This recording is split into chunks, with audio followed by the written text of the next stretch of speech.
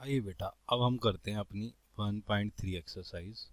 अब बड़े ध्यान से देखो कैसा है। उसका पहला ही क्वेश्चन देखो बेटा, write the following in decimal form and say what kind of decimal expression each has. मेरे बेटा ये कह रहा है कि ये मैंने कुछ नंबर्स दे रखे हैं, उस नंबर को आप डिवाइड करके देखो कि किस फॉर्म में आता है। तो ध्यान से मैं फर्स्ट पार्ट करता हूँ आपको। ये कितना है? 36/100। आपने इसको डिवाइड करना शुरू करा तो ये आपका डिवाइड हो गया। यहाँ पर डिवाइड नहीं हो रहा है तो ज़ीरो लगाना पड़ा, देन पॉइंट, ये ज़ीरो आया, ये 3 पर गया, देन 300, ये कितना आया मेरे बच्चे? 60। फिर आपने ज़ीरो लगाया, देन 6 से ये कितना आ गया? 600। आपका ये नंबर डिवाइड हो गया।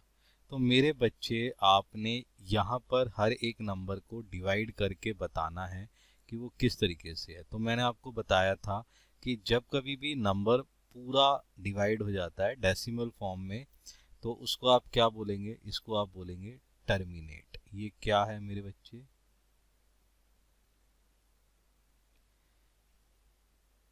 This is the terminating. ये है आपका टर्मिनेटिंग नंबर। तो ये आपको डेसिमल्स इसमें बताने हैं कि किस तरीके से कौन कौन से टर्मिनेटिंग है और कौन कौन से टर्मिनेटिंग नहीं है या रिपीटिंग नहीं है, वो चीज़ आपने इसमें बतानी है। क्लियर होता है बच्चे? ये आप खुद करिएगा। तो हम आपको ये बता देते हैं कि भाई ये डिवाइड करने पर क्या आता है? टर्मिनेटिंग। इसको आप डिवाइड करिएगा तो ये क्या बनेगा आपका?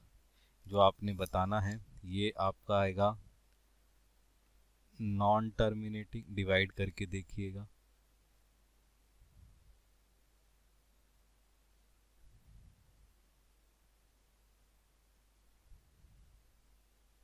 ठीक है बच्चे, देन फिर इसको डिवाइड करिएगा।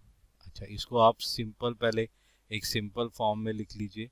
ये मेरे बच्चे इस तरीके से होता है, ये ऐसे, यानी कि पहले आप इसको इससे मल्टीप्लाई करेंगे देन 1 ऐड करेंगे तो क्या बन जाएगा मेरे बच्चे? ये बनेगा 33/8। तो आप इसको जब डिवाइड करेंगे तो ये क्या नंबर आ जाएगा डिवाइड होके? This is terminating. ये आपने खुद डिवाइड करके चेक करने हैं। मैं आपको ये बता रहा हूँ कि कौन कौन से टर्मिनेटिंग है, कौन कौन से नॉन टर्मिनेटिंग है। ये आपके क्या आ जाएंगे मेरे बेटे? Non terminating.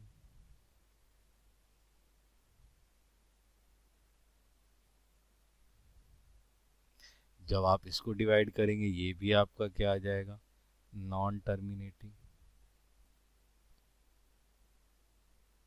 और जब आप इसको डिवाइड करेंगे तो ये क्या आ जाएगा आपका? टर्मिनेटिंग। तो ये पहला क्वेश्चन कुछ नहीं था मेरे बच्चे, हर एक को डिवाइड करके चेक करना है।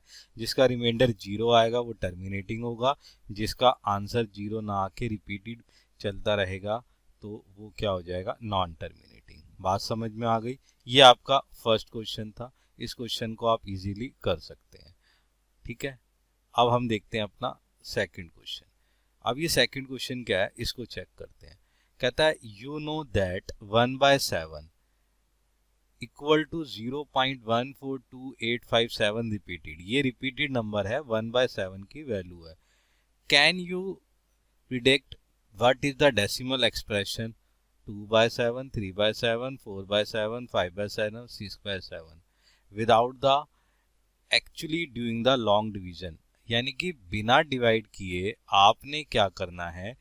इन सब की वैल्यू निकालनी है। मेरे बच्चे बहुत ही आसान है। आपने क्या करना है, जैसे आपके पास ये 2/7 दे रखा है तो आप इसको 2/7 को इस तरीके से लिख सकते हैं।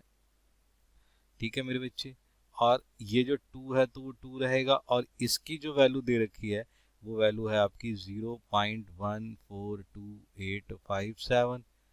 ठीक है मेरे बेटे, अब आप इसको इससे डिवाइड मल्टीप्लाई कर दीजिए तो आपका आंसर आ जाएगा 0.285714। तो ये आपके पास आंसर आ गया। क्लियर हो गया मेरे बेटे? इस तरीके से आप इसकी वैल्यू निकाल गए। यही चीज आप ट्रिक करेंगे 3/7 के साथ। तो देखो 3 × 1/7 इक्वल टू 3, इसकी वैल्यू कितनी है 0.142857।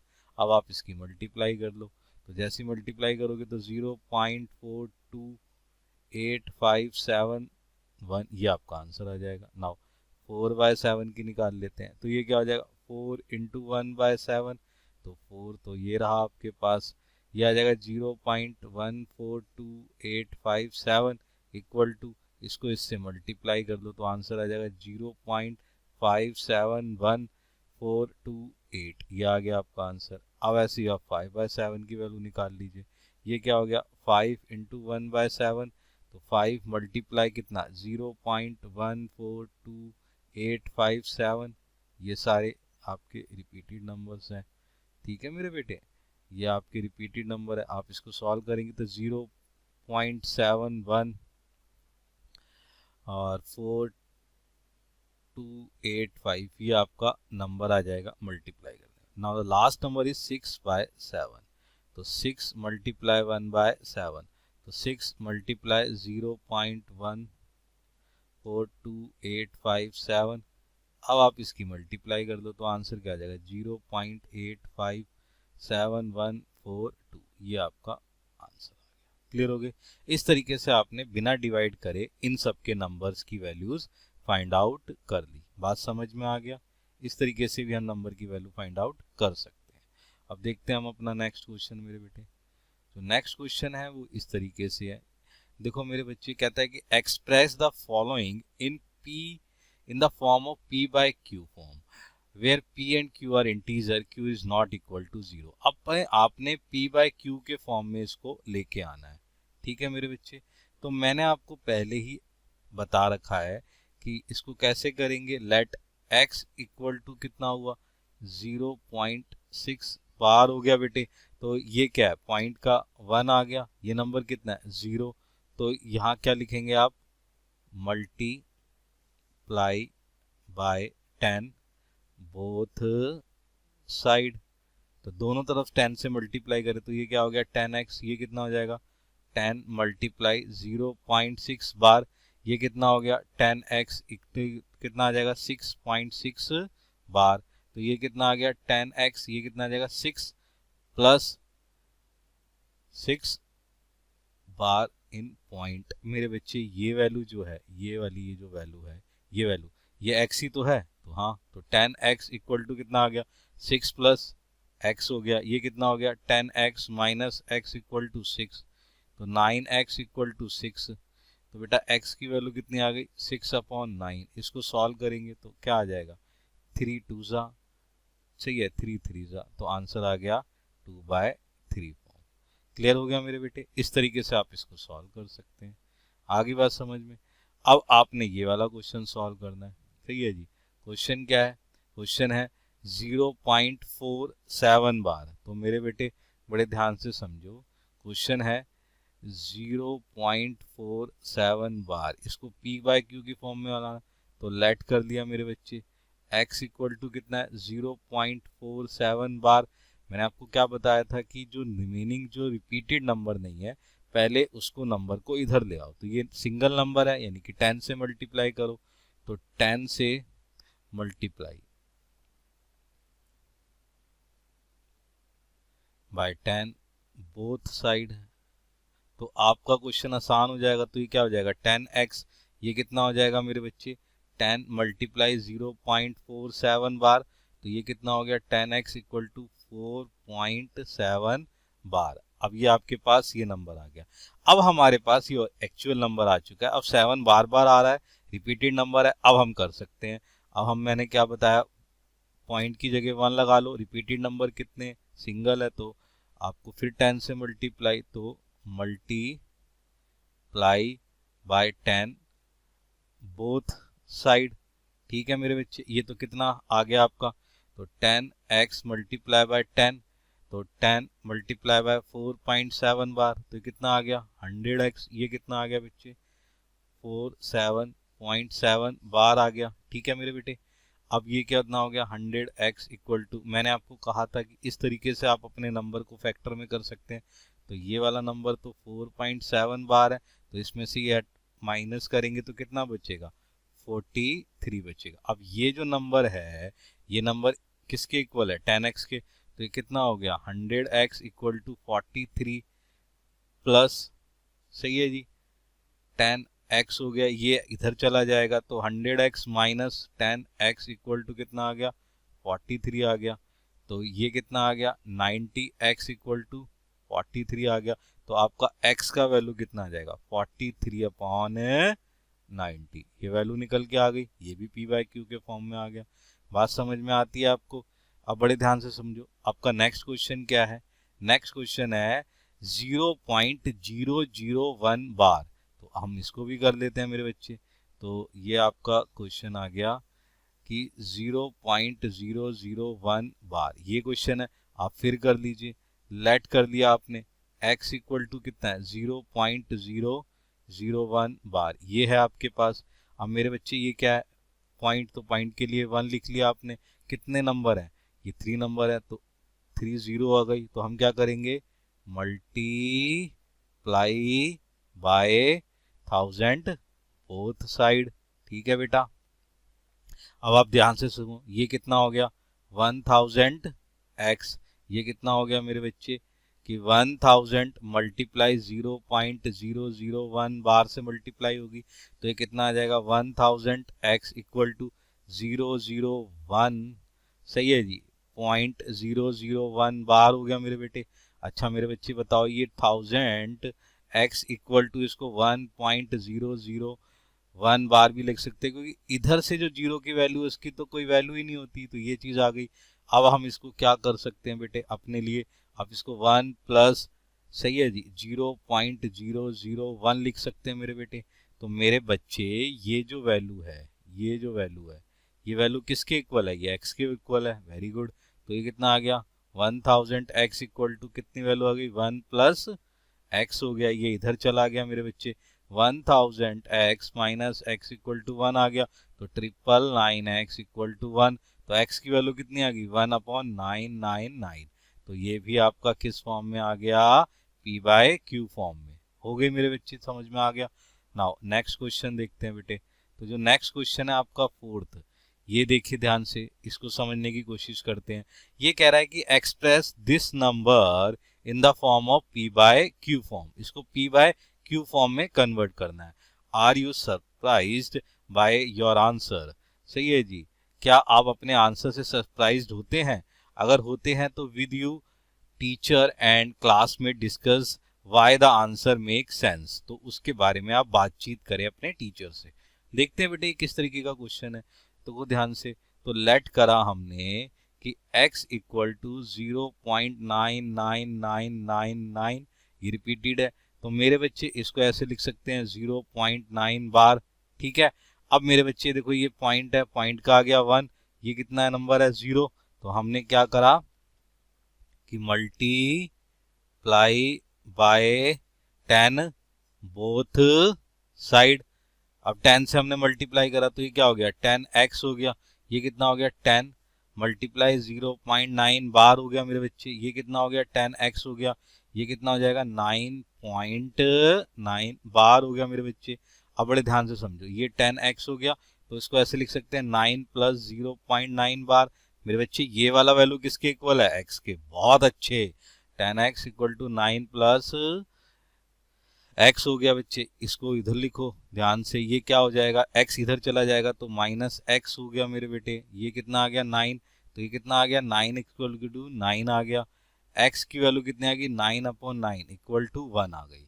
अब ये कह रहा था कि जो आपका आंसर आए उसको एक्सप्रेस करो। बेटे ध्यान से देखो कि आंसर तो x का वैल्यू 1 आ गया, इसका मतलब सर ये p बाय क्यू की फॉर्म में तो 1/1 होना चाहिए। बिल्कुल मेरे बेटा, जब आप 1 को 1 से डिवाइड करेंगे तो ये कैसे फॉर्म आएगी, यही चीज मैंने आपको पहले भी बताई थी, फिर बता देता हूं कि जब आपके पास कोई वैल्यू 0.99999999999 ऐसे चलती चली जाती हैं तो हम उसको सेंस में ले लेते हैं कि वो किसके इक्वल होगा 1 के इक्वल। क्या सर ये इक्वल टू 1 होगा? नहीं मेरे बच्चे, इसको हम अप्रॉक्सीमेट मान लेते हैं। तो ये अप्रॉक्सीमेट किसके होगा, ये अप्रॉक्सीमेट 1 के इक्वल होगा।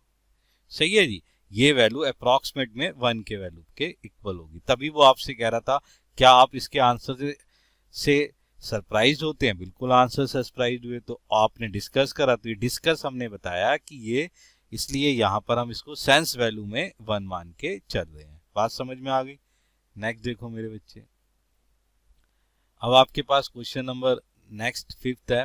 वो कहता है what can be the maximum number of digit be in the repeating block of digit in the decimal expression of 1 by 17।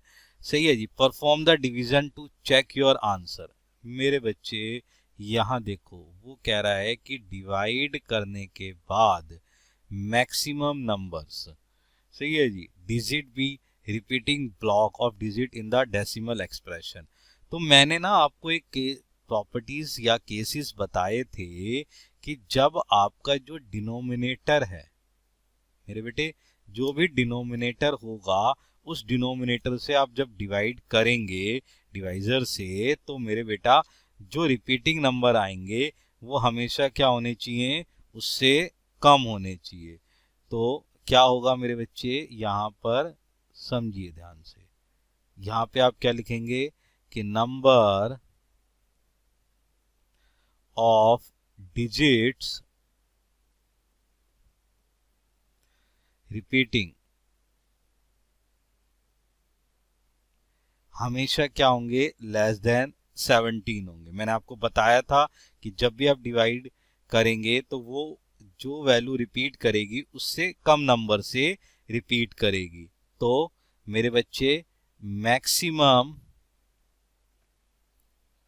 Number of digits repeating possible equal to 16। तो हम ये मान के चलेंगे कि ये नहीं है कि एक्चुअल 16 ही होंगे, बस 17 से कम होंगे। मैक्सिमम कितने हो सकते हैं, मैक्सिमम 16 हो सकते हैं। सही है जी, उससे ज्यादा नहीं हो सकते, यानी कि उसके से कम ही रहेंगे 17 से, उसके बाद वो रिपीटेड शुरू हो जाएगा। तो हमने क्या सीखा, if divisor equal to n, then maximum number of digit repeating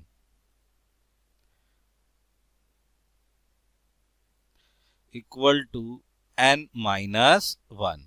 यानी कि वो मैक्सिमम नंबर जो होंगे वो मैक्सिमम नंबर n माइनस 1 होंगे। ठीक है मेरे बच्चे। अब उसने कहा है कि भाई यहाँ ना मुझे दिखाओ करके, तो बेटा करके दिखा देते हैं आपको कि किस तरीके से है।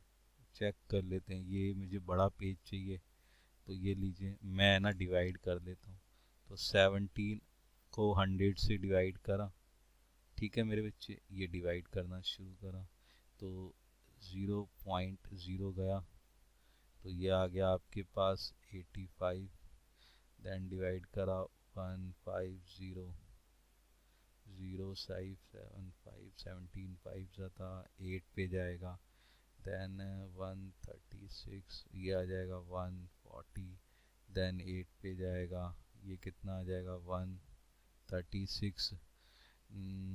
डिवाइड करेंगे तो ये आ गया 40।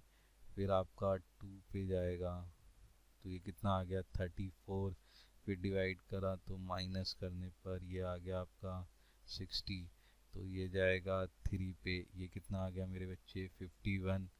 फिर ये आ गया 90। अब आपका जाएगा 907 5 ज़ा, फिर देन 85 आ गया। फिर डिवाइड करा आपने 50, फिर आपके पास नंबर जाएगा 2 पे, ये आ गया मेरे बच्चे 34। इसको रिमेनिंग करा तो कितना आ जाएगा, ये आ जाएगा 16। फिर हम 0 लगा लेंगे।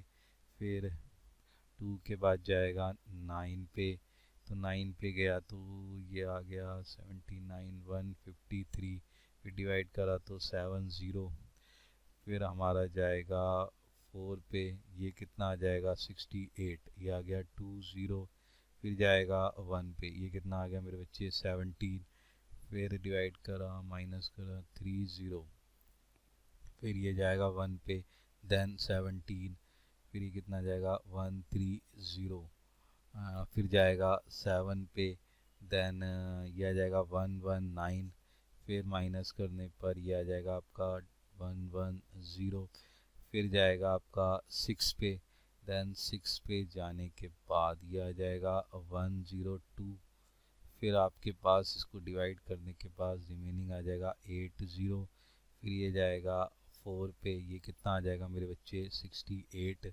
डिवाइड करने पे आ गया 120, देन ये किस पे जाएगा 7 पे, फिर ये कितना आ जाएगा 119, ये कितना आ जाएगा मेरे बच्चे 1। अब देखो ध्यान से, यहाँ आ गया अगेन 1 आ गया, फिर 0 आ जाएगा, फिर 0 लगाना पड़ेगा, यानी कि ये जो नंबर आएंगे ये आपके रिपीटिंग शुरू हो जाएंगे। तो 1/17 को आप इस फॉर्म में लिख सकते हैं, किस फॉर्म में 0.5058 8235294117647, ये आपके रिपीटिंग नंबर आ जाएंगे। आ गया मेरे बच्चे, ये मैंने आपको करके दिखा दिया। नाउ नेक्स्ट क्वेश्चन देखिएगा ध्यान से। नेक्स्ट क्वेश्चन आपका क्या है, कहता है कि look at several example of relation number in the form of p upon q। सही है जी, where p and q are integer, सही है, with no common factor other than 1 and having the terminating decimal representing expansion, can you guess the property of q must be satisfied। बेटा देखो ध्यान से, it is the very important technical question. ये एक technical question है, इसको question को समझने की कोशिश करेंगे। वो कहता है look at several example of rational number in the form of p upon q। तो हम क्या करते हैं, सबसे पहले कुछ एग्जाम्पल ले लेते हैं, किसकी फॉर्म में, p अपॉन q की फॉर्म में। मैंने जैसे एग्जाम्पल लिया 3/8, एक एग्जाम्पल ले लिया 1/2, एक एग्जाम्पल ले लिया 5/2 और एक एग्जाम्पल ले लिया 7/5। वो कह रहा है जी देन इसको डिवाइड करके देखिए क्या है, और ये जो आप फैक्टर जो भी आप p/q की फॉर्म में लेंगे, जो है उनके बीच में 1 के अलावा कोई कॉमन फैक्टर नहीं होना चाहिए। देखो 3 इंटू 1 8 इंटू 1, तो देखो ये एक दूसरे के कॉमन में नहीं आता। 1 इंटू 1 2 इंटू 1, तो ये इसके कॉमन में नहीं आता। 5 इंटू 1 2 इंटू 1, तो ये इसके कॉमन में नहीं आता। 7 इंटू 1 5 इंटू 1, तो एक दूसरे के कॉमन में नहीं आते। 1 के अलावा इनका कोई अदर कॉमन नहीं आता। तो मैं एक जो है नंबर आपको डिवाइड करके बताता हूँ। जैसे मैंने 3/8 को डिवाइड करा, तो जैसे ही आप 3/8 को डिवाइड करेंगे तो आपके पास आंसर आएगा 0.375। अब 1/2 को डिवाइड करेंगे तो आंसर आएगा 0.5। अब 5/2 को डिवाइड करेंगे तो आंसर आएगा 2.5। अब 7.5 को डिवाइड करेंगे तो आंसर आएगा 1.4। अब बड़े ध्यान से देखो मेरे बच्चे, जब मैंने 2 को इससे डिवाइड करा या 8 से डिवाइड करा, तो मैंने एक चीज पाई। क्या पाई कि भैया ये जो 3/8 है, ये जो है वो किस फॉर्म में है, ये 2 की पावर 3 में। यहाँ क्या है मेरे बच्चे 2 का पावर 1। यहाँ क्या है मेरे बच्चे, यहाँ है मेरे पास 2 की पावर 1, और यहाँ क्या है मेरे बच्चे 5 की पावर 1। तो यहाँ पर मैं एक चीज समझ पा रहा हूँ कि यहाँ पर ये जो सारे नंबर हैं, ये सारे के सारे नंबर टर्मिनेट हो गए हैं। टर्मिनेट का मतलब ये नंबर डिवाइड हो रहे हैं, सही है जी। और डिवाइड होने के बाद पूरे पूरे रिपीट नहीं हो रहे, यानी कि पूरे टर्मिनेट हो गए हैं। तो यहाँ पर मैंने एक प्रॉपर्टी चीज समझी कि ये जो 2 और 5 है, सही है जी, इनके मल्टीपल अगर डिवाइड में मिलते हैं तो वो क्या करते हैं, पूरे नंबर को टर्मिनेट करते हैं। तो मैं एक चीज लिख सकता हूं कि Q equal to prime factor B of prime factor, B of the, और इसके अंदर ही हम ये लिखेंगे, यहाँ पर मैं इसके जगह पे आपको एक चीज़ और बताता हूँ जो प्रॉपर्टीज निकल के आ रही है। वो प्रॉपर्टीज में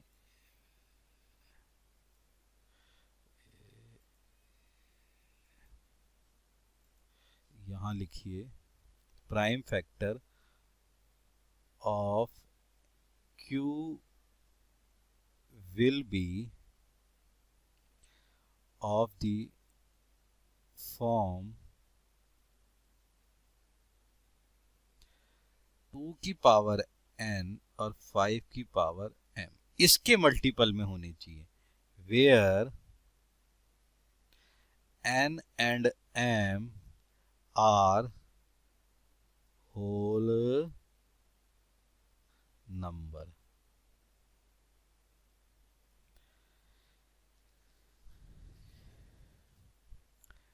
In this case,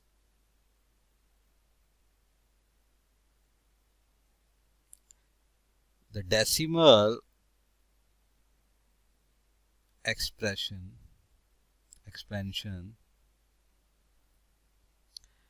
will be terminating. मेरे बेटे ये ध्यान रखिएगा, ये जो एग्जाम्पल्स हैं, इस एग्जाम्पल में ये जो नंबर्स मैंने लिए हैं,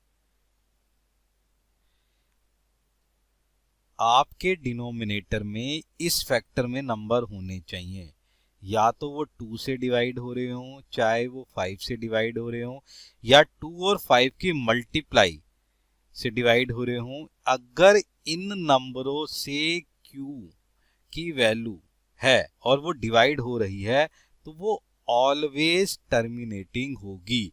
इनके अलावा अगर वो किसी और नंबर से डिवाइड होते हैं तो वो नॉन टर्मिनेटिंग हो जाएंगे। ये वो हमसे पूछ रहा था, समझ पा रहे हैं? ये प्रॉपर्टी उसने हमसे पूछी थी, तो ये प्रॉपर्टी निकल के आ गई है। समझ रहे हैं बात को? It is very very important and difficult question, ध्यान से समझिएगा। उसके बाद देखिए मेरे बच्चे, आपके पास आता है 7th क्वेश्चन। कहता है कि write the 3 numbers whose decimal expansion are non terminating non recurring.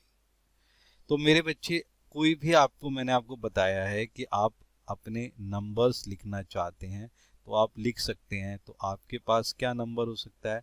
0.120, 1200, 12000, इस तरीके से आप नंबर लिख सकते हैं। ये क्या नंबर है? एक तो नॉन टर्मिनेटिंग है और नॉन रिपीटिंग है। देखो ध्यान से, बदल रहे हैं। ऐसे दूसरा नंबर आप लिखना चाहते हैं तो लिख लीजिए 1501, 500, 15000। इसी तरीके से आप एक और नंबर लिखना चाहते हैं तो आप लिख लीजिए 170, 1700, 1700। इस तरीके से आप ये नंबर्स लिख सकते हैं। इस तरीके से जो नंबर है, ना तो ये रिपीटिंग है, सही है जी, और ना ही ये टर्मिनेटिंग है। बात समझ में आ गई? इस तरीके से आप ये क्वेश्चन भी कर गए। नेक्स्ट क्वेश्चन देखिए बेटे, अब देखिए ध्यान से क्या कहता है ये क्वेश्चन। अब ये क्वेश्चन पहले की तरह ही है, बट ये इसमें आपको नंबर्स दे रखे हैं, ये आपको रैशनल नंबर दे रखे हैं। कहता है find the 3 different rational number between irrational number between the rational number. अब आपको इसके अंदर से इररेशनल नंबर फाइंड करना है। तो आपके पास जो नंबर्स हैं उसके हिसाब से आपने ये नंबर फाइंड आउट करना है। तो मेरे बच्चे, आप एक काम करो, इसको इससे डिवाइड कर दो। तो मैं क्या करता हूँ, 5/7 इससे डिवाइड कर देता हूँ। तो ये 7 को यहाँ रखा, 5 यहाँ रखा, डिवाइड करा, तो ये 0 लगाना पड़ा, तो 7 आया। This is 49। फिर आपके पास 1 0, ये कितना आ गया आपके पास? 7 3 देन 0, ये कितना आ गया आपके पास? 28। ये कितना आ गया बच्चे? 20, फिर आपने डिवाइड करा, ये आ गया 14, फिर आपके पास क्या नंबर आया 60, यहाँ पे आपने डिवाइड करा, ये आपके पास कितना आ गया 7 8 ज़ा 56, ये आपने डिवाइड करा, ये आ गया आपके पास 0, 7 5 ज़ा 35, ये आपके पास क्या आ गया नंबर 5 आ गया मेरे बच्चे। अब ये आपके पास रिपीटिंग आना शुरू हो गया है, देखो ध्यान से। तो इसकी वैल्यू क्या निकल के आ गई, इसकी वैल्यू आपके पास निकल के आ गई 0.714285, ये आपके क्या है रिपीटिंग नंबर हो गई। इसी तरीके से आप क्या करो 9/11 को डिवाइड कर लो, 9/11 को करते हैं तो 11 डिवाइड बाय 9 0, तो आपने ये डिवाइड करा तो 0.8 पे जाएगा, तो कितना आएगा 88 आ गया। ये 2 0 आ गया मेरे बच्चे, 1 पे डिवाइड करा तो क्या आ गया 11 आ गया, देन 9 आ गया, देन रिपीटेड नंबर आए कि नहीं आए। तो मेरे बच्चे इसकी वैल्यू क्या निकल के आ गई, इसकी वैल्यू निकल के आ गई 0.8 बार। अब हमने इन दोनों के बीच के नंबर आपने लिखने हैं इरेशनल नंबर। मेरे बच्चे देखो ये 71 है, ये 81 है, तो आप कोई भी 3 रैशनल नंबर्स इरेशनल नंबर्स लिख सकते हैं। तो मैंने आपको बताया था पहले की तरह, उसी तरीके से आप लिख दो। तो 71 से बड़ा तो क्या हो सकता है 72 3 5 कुछ भी लिख सकते हो, तो 75 0 75 0 0 75 0 0 0, इस तरीके से आप नंबर्स लिख सकते हैं। ये आपने नंबर लिखा 760 7600 76000, इस तरीके से नंबर लिख लिया आपने। ये आपने नंबर लिखा 790 7900 79000, इस तरीके से आप ये नंबर लिख सकते हैं। ये क्या हो गए आपके इररेशनल नंबर्स निकल के आ गए हैं। बात समझ में आ गई। देखिए मेरे बच्चे, अब देखिए आप अपना नेक्स्ट क्वेश्चन। जो नेक्स्ट क्वेश्चन है वो क्या है मेरे बेटे, ये नेक्स्ट क्वेश्चन ये बता रहा है, ये कहता है कि नीचे दिए गए question classify the following numbers are as rational और इरेशनल नंबर। हमें बताना है कि कौन कौन से रैशनल नंबर है और कौन कौन से इरेशनल नंबर है। मेरे बच्चे ये ध्यान से देखो, ये मैंने यहाँ पर लिखे रैशनल और यहाँ पर क्या लिख लिया इरेशनल नंबर। बात समझ रहे हैं। ये आपके पास रैशनल नंबर और इरेशनल नंबर्स आ गए। अब मेरे बच्चे देखो, मैंने आपको क्या बताया था, जो भी रूट में हो और उसका परफेक्ट स्क्वायर नहीं होता तो वो क्या कहलाता है, वो कहलाता है आपका इरेशनल नंबर। तो मेरे बच्चे ये कहाँ चला जाएगा इरेशनल नंबर में। अब ये देखो मेरे बच्चे, सर ये भी तो रूट में है, पहले इसको चेक कर लेते हैं कि ये परफेक्ट स्क्वायर है या नहीं है। तो बेटा 225 का आपने परफेक्ट स्क्वायर निकालना शुरू करा, तो आपने 3 से देखा करके, तो 3 से करा तो क्या आया 3 7 ज़ा 21, 3 5 ज़ा, 3 से करा देन कितना आया 25, देन 5 से करा कितना आया 5, देन 5 से करा कितना आया 1, तो ये कितना आया 3 इंटू 3 इंटू 5 इंटू 5, ये निकल के आ गया। ये कितने आ गए 3 इंटू 5, तो कितना आ गया 15, यानी कि इसका जो है परफेक्ट स्क्वायर निकलता है। तो ये परफेक्ट स्क्वायर निकलता है, तो ये क्या बन गया आपका, ये बन गया मेरे बच्चे रैशनल नंबर। क्लैरिटी हो गई मेरे बच्चे। अब ये देखो ध्यान से, ये क्या है बताओ आप, ये नंबर क्या हो रहा है, ये नंबर पूरा का पूरा डिवाइड हो रहा है, तो ये क्या हो जाएगा रैशनल नंबर हो जाएगा ना। तो ये भी यहाँ पर आ गया आपके पास रैशनल नंबर। सही है जी। अच्छा ये कौन सा रैशनल नंबर है, टर्मिनेटिंग वाला। बात समझ में आ गया। तो ये रैशनल नंबर आपका टर्मिनेटिंग आ गया। अब बड़े ध्यान से समझो, ये जो आपका फोर्थ केस है, इस फोर्थ केस को आप ध्यान से समझो। ये फोर्थ केस क्या है आपके पास, ये फोर्थ केस है कि आप इसको डिवाइड कर रहे हैं और डिवाइड करने के बाद ये क्या हो रहा है, ये क्या आ रहा है, ये रिपीटेड नंबर आ रहा है। तो ये जो रिपीटेड नंबर आ रहा है, तो आपके पास ये नंबर चले गए रिपीटेड नंबर, तो आपके पास ये क्या बना रिपीटिंग नंबर भी जो है, ये तो हो गया मेरे बच्चे टर्मिनेट वाला, और ये हो गया आपका 7.47848। ठीक है मेरे बच्चे, इस तरीके से आपके पास ये जो नंबर आ रहा है, ये देखो ध्यान से, इसको आप इस तरीके से लिख सकते हैं। ध्यान से देखो, तो ये आपके क्या बन गया, ये आपका बन गया रैशनल नंबर। ठीक है, अब ये जो नंबर देखो, ये जो नंबर है, ये नंबर्स आपके रिपीट नहीं हो रहे हैं। तो रिपीट नहीं हो रहे तो ये क्या बन जाएगा आपका इररेशनल नंबर। तो ये आपके पास क्या निकल के आ गया, इररेशनल नंबर आ गया। मेरी बात समझ रहे हैं?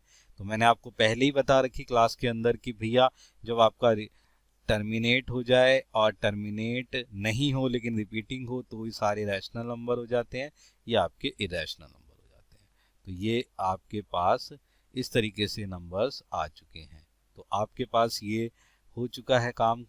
तो आप इसकी प्रैक्टिस करिए और हार्ड वर्क करिए।